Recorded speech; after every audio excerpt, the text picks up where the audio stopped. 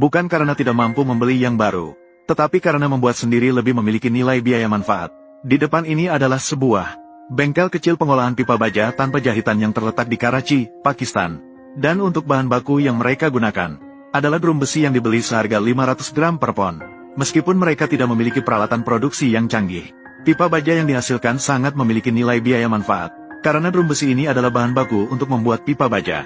Untuk dapat mengolahnya menjadi pipa baja, pertama, pengrajin perlu memotong drum besi tersebut.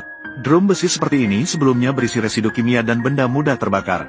Untuk menghindari masalah keamanan, dalam proses ini, mereka biasanya memotong secara manual. Meskipun proses ini sangat menghabiskan biaya tenaga kerja, namun, ini dapat memastikan keselamatan seluruh proses pengolahan. Setelah beberapa saat, pengrajin pun melepas penutup tetap di kedua ujungnya.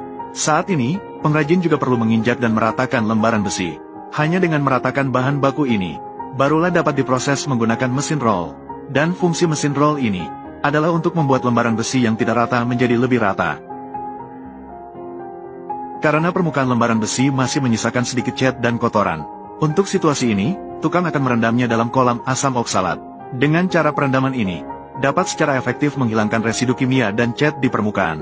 Proses reaksi seperti ini sangat cepat. Setelah sekitar 10 menit reaksi kimia, permukaan drum besi dapat dibersihkan dengan sangat bersih. Besi yang telah dibersihkan selanjutnya akan diletakkan di mesin pemotong untuk dipotong.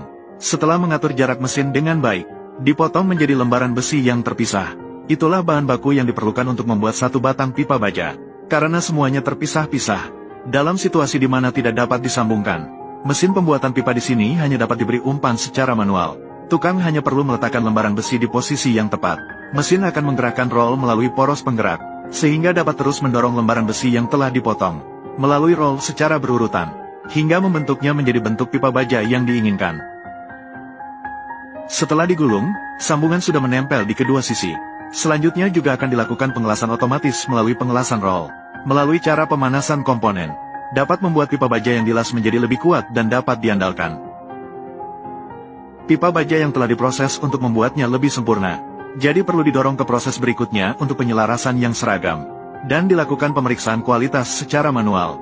Dan seorang tukang lain memasukkan pipa baja ke dalam mesin pembentuk lagi.